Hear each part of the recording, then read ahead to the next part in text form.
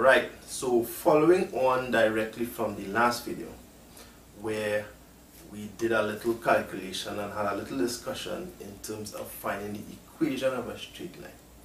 Right, what we're going to do now is discuss the different forms of the equation of a straight line. There are different forms of the equation of a straight line, right? There are about maybe 3 or 4 different forms.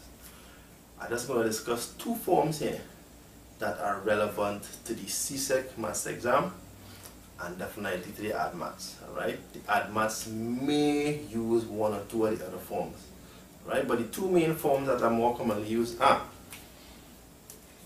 we have the form y is equal to mx plus c, where regardless of the equation of the line, we rearrange the equation so that y is the subject of the formula.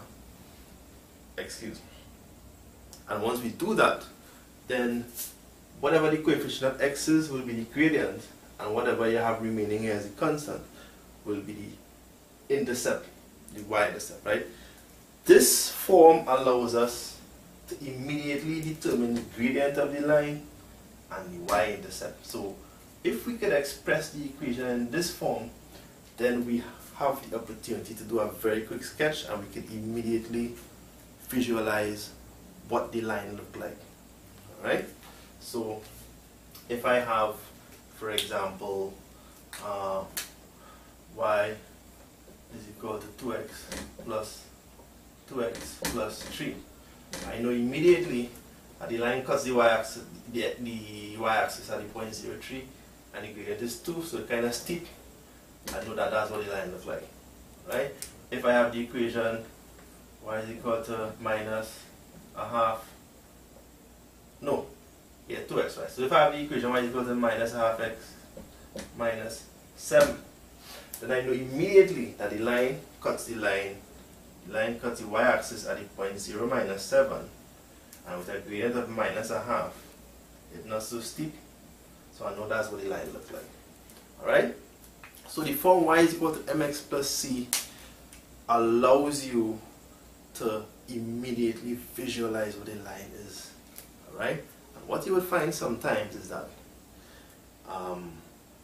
sometimes in the questions they will say a particular line cuts the y-axis at the point 0.3 and it has a gradient of 5. And then they will say state the equation of the line. Right? If you have the y-intercept c and the gradient m, that's the equation right there. Right? Or they might give you a diagram where on the diagram you can see clearly where the line cuts the y-axis, and based on where it cuts the x-axis you could also calculate the gradient. And then having done that, you're in a position now to just write the equation of a straight line. Right? But that is something that I will do in further calculations face to face. Right?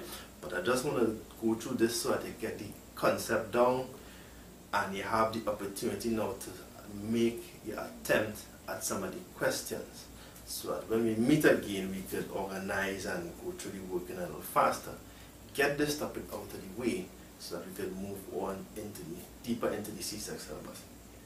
Alright, so that's the first form of the equation of the straight line. The second form, which I want to discuss, first of all, let me just clear some space on the board.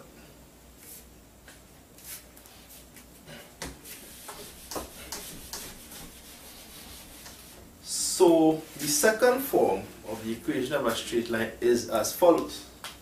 It is the form ax plus by plus c is equal to 0. Alright? It looks different but it's the same. Right? Meaning we have taken everything and put it on one side of the equation, leaving 0 on the other side. So for example, if we had started off with the more familiar y equal mx plus c, we take everything across. So we now have minus mx plus y minus c equals 0. This is in the form ax plus by plus c is equal to 0. Right? Now, very common mistake that a lot of people make is when they see an equation in this form, to immediately assume that A is the gradient. Right? Not so fast. Because watch. Alright? If we start off with ax plus by plus c is equal to 0, remember, to be able to read off the x coefficient as a gradient, the equation must be in the form y is equal to mx plus c. Alright? As we have here, all we have here is by. So what we need to do is rearrange this equation, making y and y alone the subject of the formula.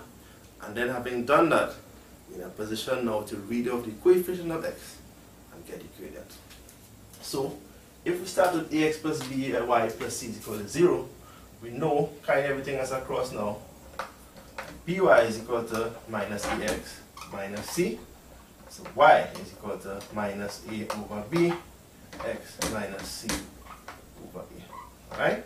So then this here will be a gradient, not a. Right?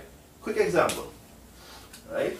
If we have, and this could come in a multiple choice. Look out for questions like this in the multiple choice. So for example, you have a question of the form, they say the equation of a straight line is given by 3x minus 2y plus 7 is equal to 0. What is the gradient of the line? Alright? What all of the people do, they will say gradient mx, and they say the gradient is equal to 3. Now, this form is not to be confused with the form y is equal to mx plus c. You must express the equation in the form y equal to mx plus c before you read off m as the coefficient of x being equal to the gradient. Alright? So in this case, what we do, we rearrange the equation. So seeing that we have minus 2y here, we carry that on the other side.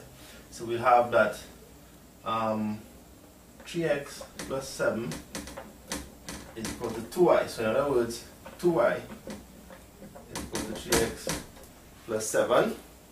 And if 2y is equal to 3x plus 7, y is equal to 3 over 2x plus 7 over 2. So in that instance, this here is a gradient, 3 over 2, not this 3 up here. Alright?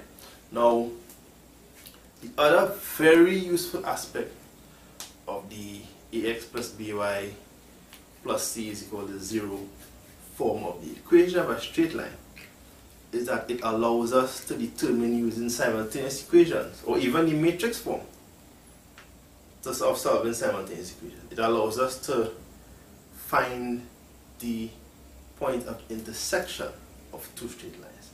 And that is a question that we see occurring more commonly now.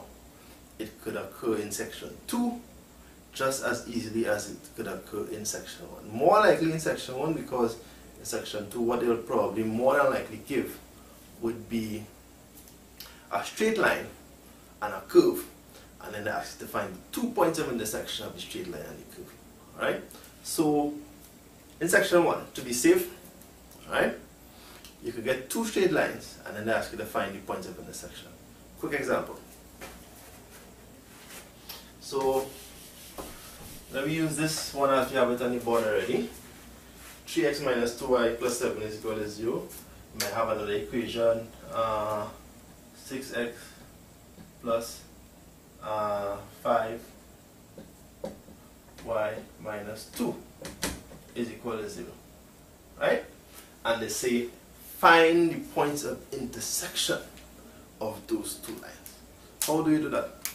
Well, the first thing you do is use the equations of each line as equation 1 and equation 2 in a pair of simultaneous equations, and then you solve simultaneously either using the regular algebra or using a matrix method.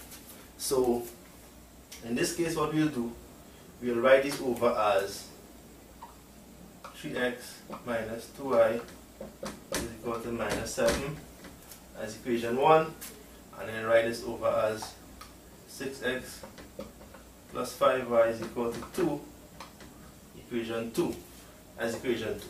Once you have them in this form, the rest is just simultaneous equations. Alright? So don't be misled or confused or intimidated by seeing the equation in this form All it means is that we have a different set of information we could glean by observation, and it means that it allows us to do slightly different things. But the two forms could be quickly interchanged one for the other at any given moment's notice.